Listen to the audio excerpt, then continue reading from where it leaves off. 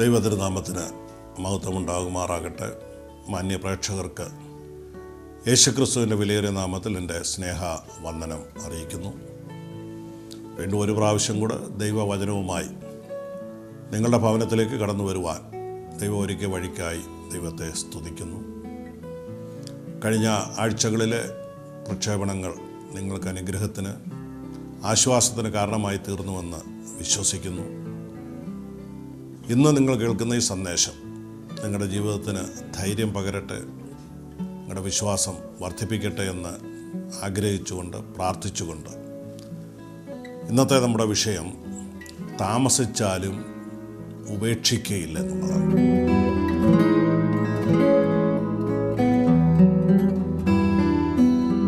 ദൈവം ചിലപ്പോൾ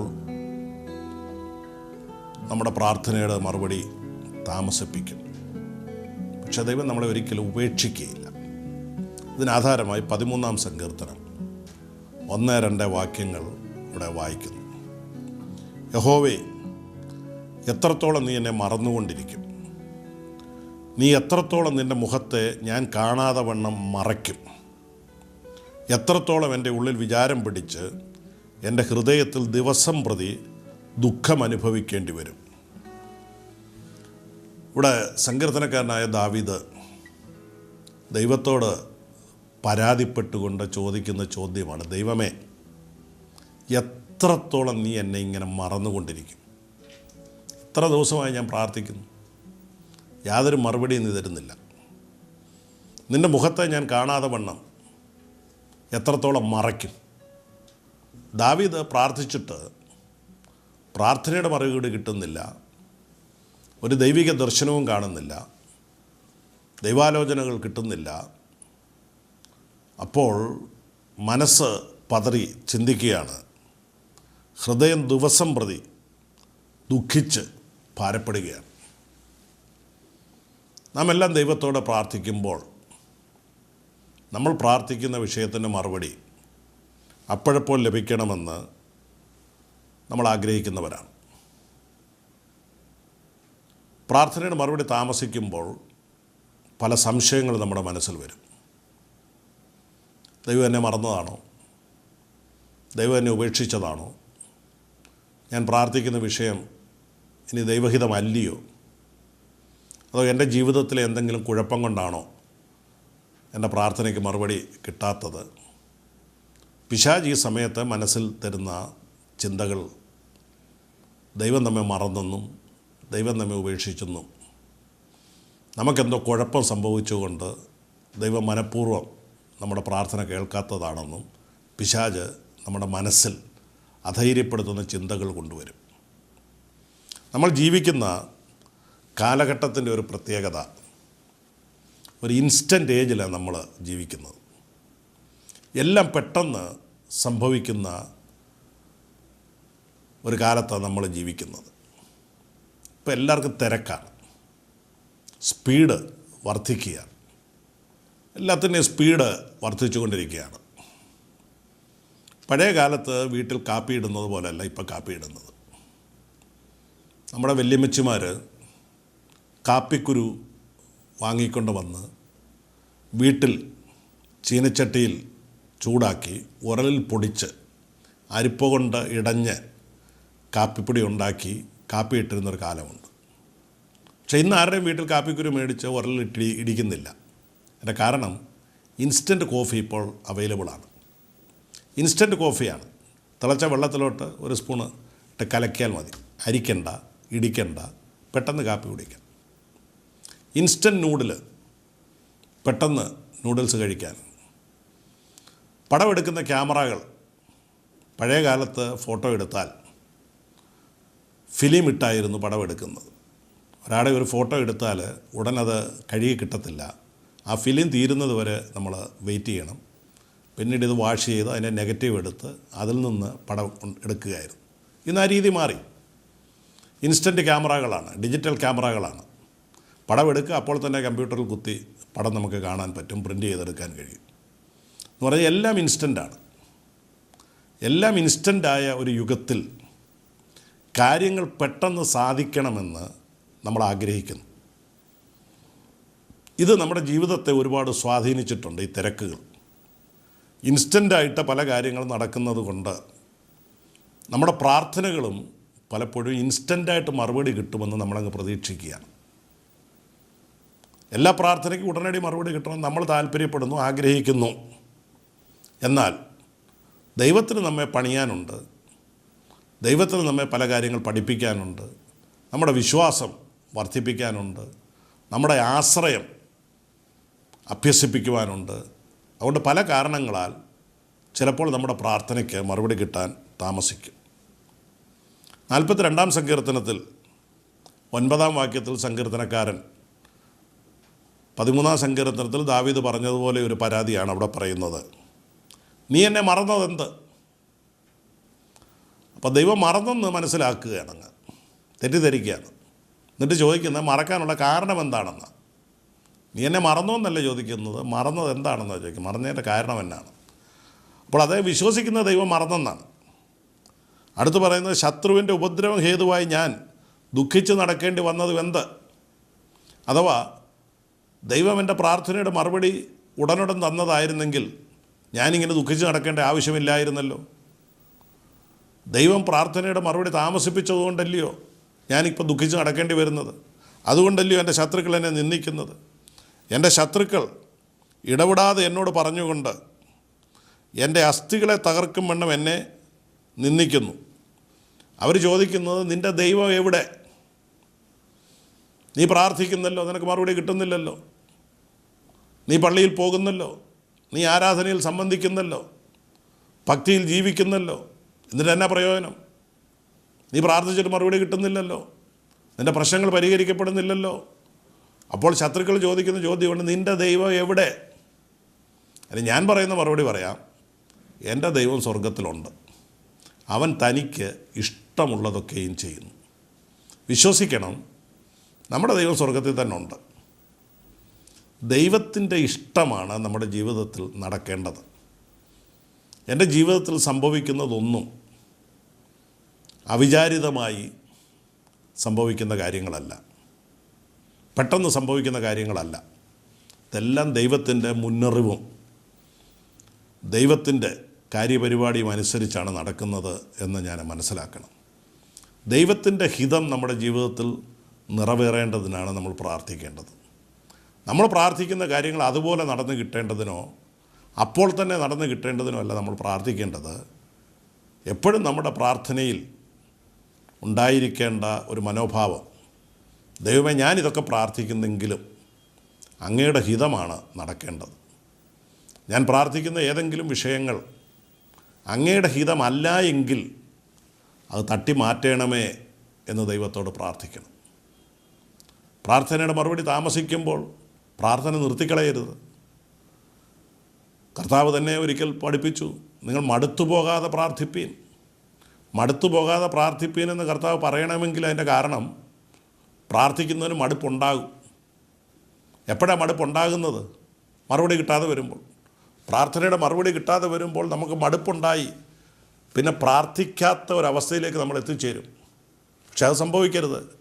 പ്രാർത്ഥനയുടെ മറുപടി താമസിച്ചാലും നമ്മൾ പ്രാർത്ഥിച്ചുകൊണ്ടേ ഇരിക്കണം. 40-ാം സങ്കീർത്തനത്തിൽ 1-ാം വാക്യത്തിൽ നാം വായിക്കുന്ന ഇങ്ങനെ, ഞാൻ യഹോവയ്ക്കായി കാത്തുകാത്തിരുന്നു, അവൻ എൻ്റെ നിലവിളി കേട്ടു, അവൻ എങ്കിലേക്ക് ചാഞ്ഞു വന്നുവെന്നാണ് വായിക്കുന്നു. പക്ഷേ കാത്തുകാത്തിരിക്കേണ്ടി വന്നു. ഞാൻ പ്രതീക്ഷിച്ച സമയത്തല്ല ദൈവം ഇടപെട്ടത്. പക്ഷെ ദൈവത്തിൻ്റെ സമയമായപ്പോൾ ദൈവം എൻ്റെ അടുത്തേക്ക് ചാഞ്ഞു വരികയാണ്. ഞാൻ ചാടിക്കയറി പിടിച്ചതല്ല, ദൈവം എൻ്റെ അടുത്തേക്ക് ചാഞ്ഞു വന്നതാണ്. ദൈവത്തിൻ്റെ സമയമാകുമ്പോൾ പ്രാർത്ഥനയുടെ മറുപടി ദൈവം നമുക്ക് നൽകുമെന്ന് നമ്മൾ വിശ്വസിക്കണം. ഭക്തനായ ഹാബക്കൂക്കിന് പ്രതിസന്ധികളുണ്ടായിട്ടുണ്ട്. ഹാബക്കൂക്ക് പ്രാർത്ഥിച്ചിട്ട് മറുപടി കിട്ടാതെ വരുമ്പോൾ ഹാബക്കൂക്ക് ദൈവത്തോട് പരാതി പറയുന്നുണ്ട്, ഞാൻ എത്രത്തോളം അയ്യം വിളിക്കും, എൻ്റെ പ്രാർത്ഥനയ്ക്ക് മറുപടി കിട്ടുന്നില്ല, ഇത് ന്യായമാണോ? ഞാൻ അയ്യം വിളിക്കുകയാണ്, കരയുകയാണ്, നിലവിളിക്കുകയാണ്, മറുപടി കിട്ടുന്നില്ല. അപ്പോൾ ദൈവം ഹാബക്കൂക്കിനോട് പറഞ്ഞ ഒരു കാര്യമുണ്ട്. ഹാബക്കൂക്കിൻ്റെ പ്രവചനം 2-ാം അധ്യായത്തിൻ്റെ 3-ാം വാക്യം, ദർശനത്തിന് ഒരവധി വച്ചിരിക്കുന്നു, അത് സമാപ്തിയിലേക്ക് ബന്ധപ്പെടുന്നു. സമയം തെറ്റുകയുമില്ല. അത് വൈകിയാലും അതിനായി കാത്തിരിക്കുക. അത് വരും, നിശ്ചയം, താമസിക്കുകയുമില്ല. രണ്ട് കാര്യം എടുത്തു പറയുന്നു. സമയം തെറ്റുകയില്ല. അത് അതിൻ്റെ സമാപ്തിയിലേക്ക് ബന്ധപ്പെട്ടുകൊണ്ടിരിക്കുകയാണ്. ദർശനത്തിലൊരു അവധി വച്ചിരിക്കുന്നു എന്ന് പറഞ്ഞാൽ ദർശനം തള്ളിക്കളഞ്ഞെന്നല്ല, അത് ദൈവത്തിൻ്റെ ഒരു സമയമുണ്ടെന്നുള്ളതാണ്. ദൈവം ഒരിക്കലും ഒരു കാര്യവും നേരത്തെ ചെയ്യത്തില്ല. ദൈവം ഒരു കാര്യവും താമസിച്ച് ചെയ്യത്തില്ല. ദൈവപ്രവൃത്തി എപ്പോഴെന്ന് ചോദിച്ചാൽ തക്ക സമയത്താണ്. നമ്മുടെ സമയമല്ല, ദൈവത്തിൻ്റെ സമയം. ദാവീദ് ഇവിടെ ദൈവത്തോട് പരാതി പറയുമ്പോൾ ദൈവം ദാവീദിൻ്റെ ജീവിതത്തിൽ പെട്ടെന്ന് പ്രവർത്തിച്ച പല കാര്യങ്ങൾ ദാവീദിൻ്റെ ഓർമ്മയിലുണ്ട്. ദാവീദ് ദിവസം 3 നേരം പ്രാർത്ഥിക്കുന്ന ഒരു മനുഷ്യനായിരുന്നു. എന്നാൽ ഈ പ്രത്യേക സാഹചര്യത്തിൽ പ്രാർത്ഥനയുടെ മറുപടി കിട്ടുന്നില്ല. അപ്പോൾ ദാവീദ് ഒരു പക്ഷേ തൻ്റെ പഴയകാല അനുഭവങ്ങൾ അയവിറക്കി കാണും. ഒരിക്കലൊരു സിംഹം ദാവീദിൻ്റെ ആടിനെ പിടിക്കാനായിട്ട് വന്നു. ഒരിക്കലൊരു കരടി ദാവീദിൻ്റെ ആടിനെ പിടിക്കാനായിട്ട് വന്ന സമയത്തൊക്കെ ദാവീദ് പെട്ടെന്ന് ആ കരടിയെയും സിംഹത്തെയും കൊന്നുകളഞ്ഞത് ദാവീദിൻ്റെ ഓർമ്മയിലുണ്ട്. സിംഹം വരുന്നത് കണ്ട് ദാവീദ് ദീർഘമായ സമയം പ്രാർത്ഥനയിൽ ഇരുന്നില്ല. സിംഹം വരുന്നത് കണ്ടുകൊണ്ട് ഉപവാസം പ്രഖ്യാപിച്ചില്ല. അപ്പോൾ പെട്ടെന്ന് ദാവീദ് അതിനെ കൊന്നുകളയുക ചെയ്യുന്നത്. അഥവാ ദൈവം പെട്ടെന്ന് ദാവീദിനെ ആ സമയത്ത് സഹായിച്ചു. സിംഹം വന്നപ്പോഴും കരടി വന്നപ്പോഴും ദൈവം പെട്ടെന്ന് സഹായിച്ചു. പക്ഷേ ഇപ്പോൾ എന്താ താമസിക്കുന്നതെന്നാണ് ദാവീദിൻ്റെ ചോദ്യം. ഗോലിയാത്തിനെ നേരിടുവാൻ ഏലാ താഴ്വരയിലെ വലിയ വെല്ലുവിളിയുടെ മധ്യത്തിൽ ശൗൽ രാജാവും ദാവീദിൻ്റെ ജ്യേഷ്ഠന്മാരും എല്ലാം ഭയപ്പെട്ട് മാറിയപ്പോൾ ദാവീദ് പെട്ടെന്ന് ഗോലിയാത്തിന് നേരെ പാഞ്ഞു ചെന്ന് ഗോലിയാത്തിനെ എറിഞ്ഞ് താഴെയിടുന്നു. അപ്പോൾ പെട്ടെന്ന് ദാവീദിനെ കൊണ്ട് പല കാര്യങ്ങൾ ചെയ്യിച്ച ദൈവിക അനുഭവങ്ങൾ ദാവീദിൻ്റെ ഓർമ്മയിലുണ്ട്. കരടിയെ കൊല്ലാൻ സഹായിച്ച ദൈവം, സിംഹത്തെ കൊല്ലാൻ സഹായിച്ച ദൈവം, ഗോലിയാത്തിനെ കൊല്ലാൻ സഹായിച്ച ദൈവം ഇപ്പോഴും താമസിക്കുന്നത്. അന്നത്തെ പോലെ പെട്ടെന്ന് ദൈവം പ്രവർത്തിക്കുന്നില്ലല്ലോ. ഇവിടെ ഒരു കാര്യം മനസ്സിലാക്കണം, ദാവീദിൻ്റെ ശുശ്രൂഷ മാറുകയാണ്. എന്നും കൊന്നുകൊണ്ട് നടക്കാനല്ല ദൈവം ദാവീദിനെ തിരഞ്ഞെടുത്തിരിക്കുന്നത്. ഇനി അങ്ങോട്ടുള്ള ദാവീദിൻ്റെ ശുശ്രൂഷയിലെ പ്രധാന ഭാഗം കടമുള്ളവരെയും ഞെരുക്കമുള്ളവരെയും സന്തുഷ്ടിയില്ലാത്തവരെയും ആശ്വസിപ്പിക്കുന്ന ഒരു ശുശ്രൂഷയിലേക്ക് ദാവീദിനെ ദൈവം മാറ്റുകയാണ്. ഒരു രാജാവായി ദൈവം ദാവീദിനെ അഭിഷേകം ചെയ്തിരിക്കുകയാണ്. രാജാവെന്നുള്ള നിലയിൽ മനുഷ്യൻ്റെ ഒരുപാട് പ്രശ്നങ്ങൾ ദാവീദ് കൈകാര്യം ചെയ്യേണ്ട ആളാണ്. അപ്പോൾ പ്രാർത്ഥനയുടെ മറുപടി താമസിക്കുമ്പോൾ ദാവീദിന് ഉണ്ടാകുന്ന ഹൃദയ വിചാരങ്ങൾ ദാവീദ് മനസ്സിലാക്കുകയും ജനങ്ങളുടെ പ്രശ്നത്തെ സമീപിക്കുമ്പോൾ ഇത് തന്നെ സ്വാധീനിക്കുകയും ചെയ്യേണ്ടത് ആവശ്യമാണ്. എന്നും അടിക്കാനും കൊല്ലാനും മാത്രമായിരുന്നു ദാവീദിൻ്റെ വിളിയെങ്കിൽ ദൈവം പെട്ടെന്ന് പ്രവർത്തിച്ചേനെ. പക്ഷേ സഹിപ്പാനും ക്ഷമിപ്പാനും കാത്തിരിക്കുവാനും വേദനകൾ മനസ്സിലാക്കുവാനും ഒക്കെ ദൈവം ദാവീദിനെ പണിഞ്ഞുകൊണ്ടിരിക്കുകയാണ്. ദാവീദിനെക്കുറിച്ച് പറയുന്നത് അവൻ എൻ്റെ ഹൃദയപ്രകാരമുള്ള ഒരു മനുഷ്യനാണെന്നാണ്. ഒറ്റ ദിവസം കൊണ്ടൊരു മനുഷ്യൻ ദൈവത്തിൻ്റെ ഹൃദയപ്രകാരമുള്ള മനുഷ്യനായിട്ട് മാറുകയല്ല. ദൈവത്തിന് സാവധാനം ആ മനുഷ്യനെ പണിതെടുക്കേണ്ടതിന് വേണ്ടിയാണ്. എൻ്റെ പ്രാർത്ഥനയുടെ മറുപടി താമസിക്കുന്നെങ്കിൽ ദൈവം എന്നെ ഉപേക്ഷിച്ചതല്ല, ദൈവം എന്നെ മറന്നതുമല്ല. ദൈവം എന്നെ പണിഞ്ഞുകൊണ്ടിരിക്കുകയാണ്. ദൈവം പല കാര്യങ്ങൾ എന്നെ പഠിപ്പിച്ചുകൊണ്ടിരിക്കുകയാണ്. ദൈവത്തിൽ ആശ്രയിപ്പാനും വിശ്വാസത്തിൽ ഉറയ്ക്കുവാനും ദൈവം എന്നെ പഠിപ്പിക്കുകയാണ് എന്ന് ഞാൻ മനസ്സിലാക്കണം. 13-ാം സങ്കീർത്തനം ദാവീദ് പരാതി പറഞ്ഞുകൊണ്ടാണ് ആരംഭിക്കുന്നതെങ്കിലും അത് അവസാനിപ്പിക്കുന്നത് വളരെ നല്ല രീതിയിലാണ്. ദാവീദിൻ്റെ മനോഭാവം പെട്ടെന്ന് മാറുകയാണ്. സാഹചര്യം മാറിയില്ല, പക്ഷേ മനോഭാവം മാറി. 13-ാം സങ്കീർത്തനം 5-6 വാക്യങ്ങളിൽ ദാവീദ് പറഞ്ഞു, ഞാനോ നിൻ്റെ കരുണയിൽ ആശ്രയിക്കുന്നു. അപ്പോൾ എന്ത് പഠിച്ചു? ആശ്രയിക്കാൻ പഠിച്ചു. ദൈവത്തിൽ ആശ്രയിക്കാൻ നമ്മളെ പഠിക്കണം. നമ്മുടെ സ്വന്തം കഴിവ് കൊണ്ട്, സ്വാധീനം കൊണ്ട്, കൈമിടുക്കുകൊണ്ട് എല്ലാ കാര്യങ്ങളും നമുക്ക് ചെയ്യാൻ പറ്റുകയില്ല. അപ്പോൾ നമ്മൾ ദൈവത്തിൽ ആശ്രയബോധമുള്ളവരായി മാറുകയാണ്.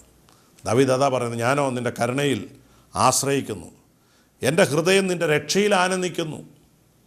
പ്രാർത്ഥന കേൾക്കാത്തതിൻ്റെ സങ്കടമുണ്ടെങ്കിലും ആ സങ്കടത്തെ കവിയുന്ന ഒരു ആനന്ദമാണ് തൻ്റെ രക്ഷയിലൂടെ ഉള്ളതെന്ന് ദാവീദ് മനസ്സിലാക്കുന്നു. യഹോവ എനിക്ക് നന്മ ചെയ്തിരിക്കുന്നത് കൊണ്ട് ഞാൻ പാട്ടുപാടും. പരാതി പറഞ്ഞുകൊണ്ടാണ് സങ്കീർത്തനം ആരംഭിച്ചതെങ്കിലും സങ്കീർത്തനം അവസാനിപ്പിക്കുന്നത് പാട്ടും പാടിക്കൊണ്ടാണ്. ഇതിൻ്റെ ഇടയ്ക്ക് പ്രാർത്ഥനയുടെ മറുപടി കിട്ടിയോ എന്ന് ചോദിച്ചാൽ മറുപടിയൊന്നും കിട്ടിയിട്ടില്ല. സാഹചര്യം മാറിയില്ല, പക്ഷെ മനോഭാവം മാറി. നമ്മുടെ സാഹചര്യങ്ങൾ മാറി കാണത്തില്ല, പക്ഷേ ഇന്ന് നമ്മുടെ മനോഭാവത്തിനൊരു മാറ്റം വരാമെങ്കിൽ പരാതിപ്പെട്ടുകൊണ്ടിരുന്ന സ്ഥാനത്ത് തന്നെ പാട്ടുപാടിക്കൊണ്ട് ജീവിക്കാനായിട്ട് പറ്റും. പരാതി പറഞ്ഞ ദാവീദ് പാട്ടുപാടി സങ്കീർത്തനം അവസാനിക്കുകയാണ്. അത് തൻ്റെ പരാതിയെ ആരാധനയാക്കി മാറ്റുകയാണ്.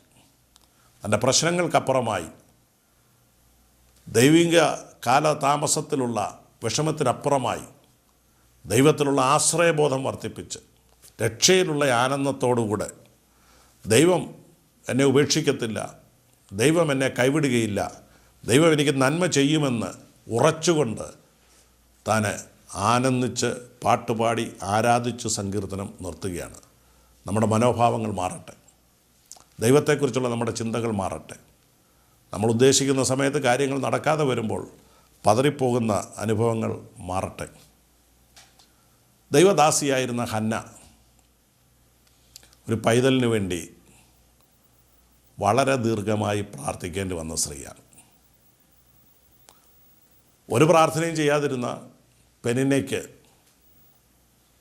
മക്കളെ ദൈവം കൊടുത്തപ്പോൾ പ്രാർത്ഥിക്കുന്ന ഹന്നയ്ക്ക് മക്കളെ കിട്ടിയില്ല. എൽക്കാന പലതും പറഞ്ഞ് ഹന്നയെ ആശ്വസിപ്പിക്കുന്നുണ്ട്. പക്ഷേ ഹന്നയുടെ മനസ്സ് പിടയ്ക്കുകയാണ്. ദൈവമേ, ഞാൻ പ്രാർത്ഥിച്ചിട്ടും എന്താ മറുപടി ലഭിക്കാത്തത്? ഒന്നല്ല, 2 വട്ടമല്ല, എത്രയോ വട്ടം പ്രാർത്ഥിച്ചു. ആണ്ടുതോറും യെരുശലേമിൽ ദൈവാലയത്തിൽ പോയി ഉപവാസവും പ്രാർത്ഥനയും കഴിച്ചിരുന്ന ഹന്ന,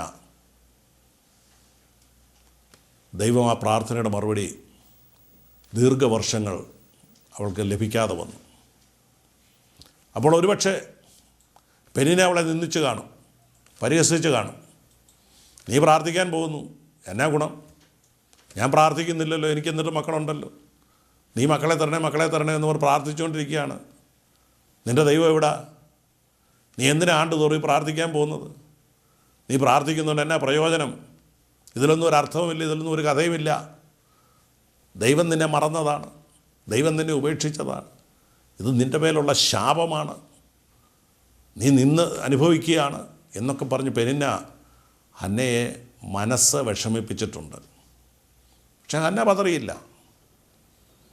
പല ആവർത്തി പ്രാർത്ഥിച്ചിട്ടും ഉപവസിച്ചിട്ടും ഒരു മകനെ കിട്ടാഞ്ഞിട്ടും ഹന്ന ദൈവത്തിൽ വീണ്ടും ആശ്രയിക്കാൻ തുടങ്ങി.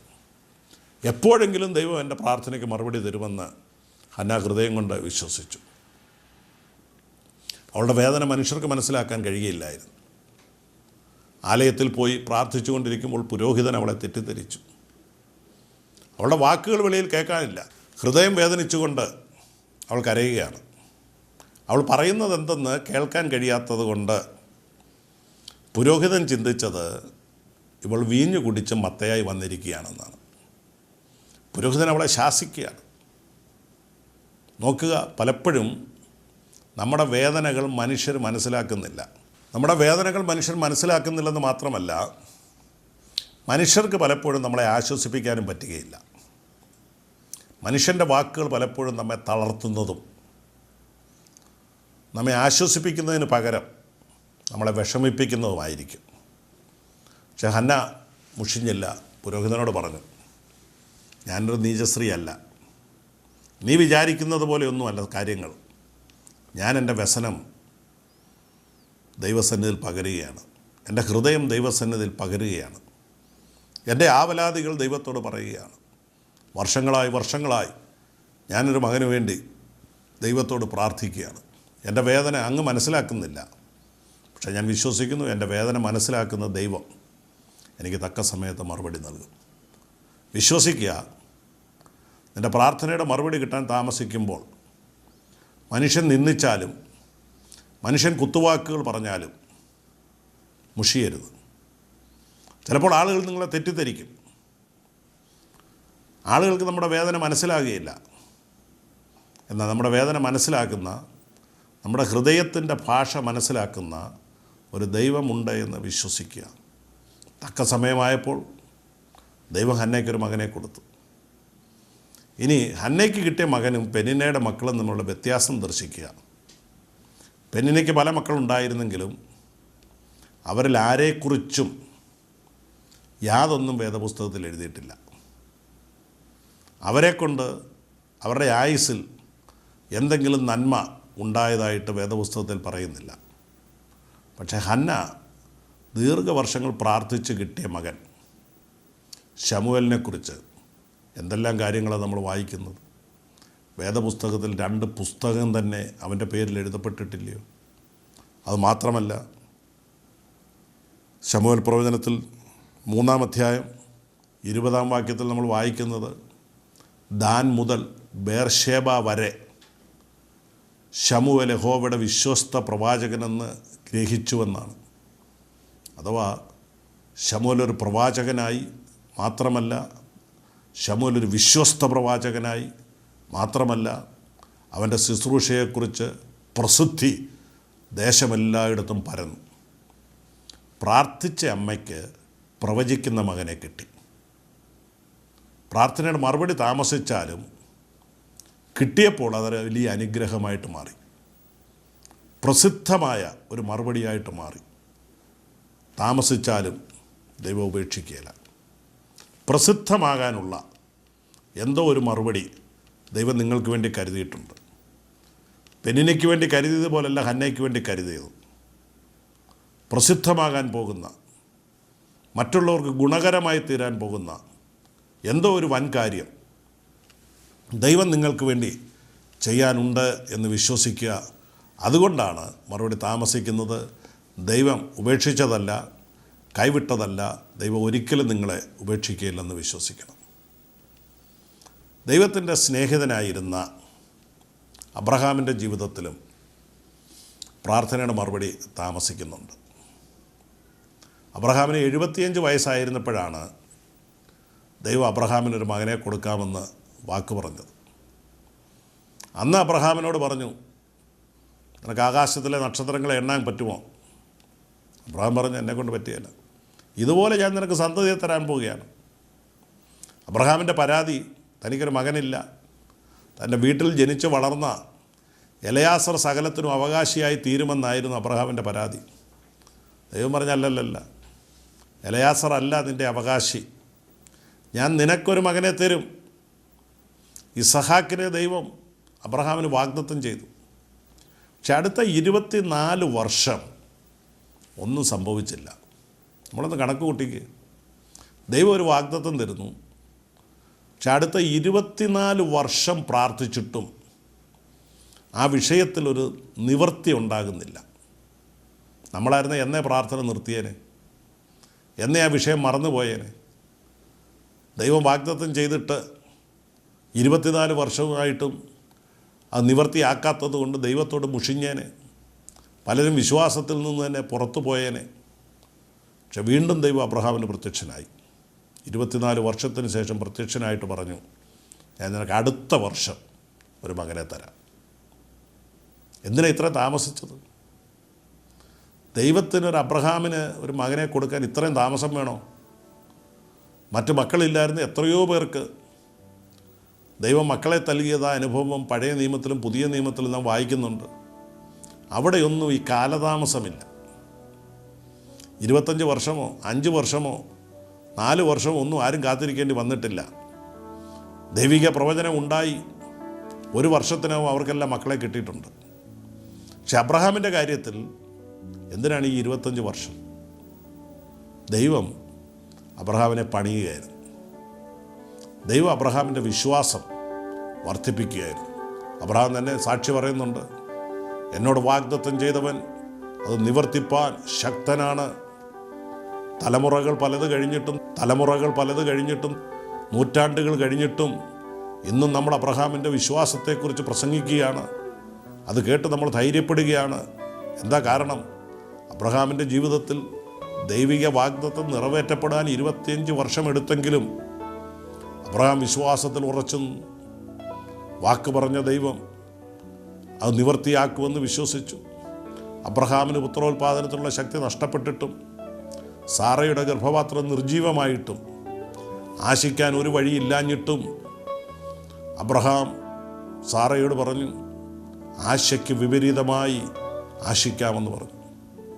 പ്രാർത്ഥനയുടെ മറുപടി കിട്ടാൻ താമസിക്കുമ്പോൾ, സാഹചര്യങ്ങൾ പ്രതികൂലമാകുമ്പോൾ ഇനി ആശിക്കാൻ ഒരു വഴിയുമില്ല എന്ന് പിശാച് നിൻ്റെ മനസ്സിൽ മന്ത്രമോതുമ്പോൾ പറയണം, ആശിക്കാൻ ഒരു വഴിയുമില്ലെങ്കിൽ ഞാൻ ആശയ്ക്ക് വിപരീതമായി ആശിക്കാൻ പോവുകയാണ്.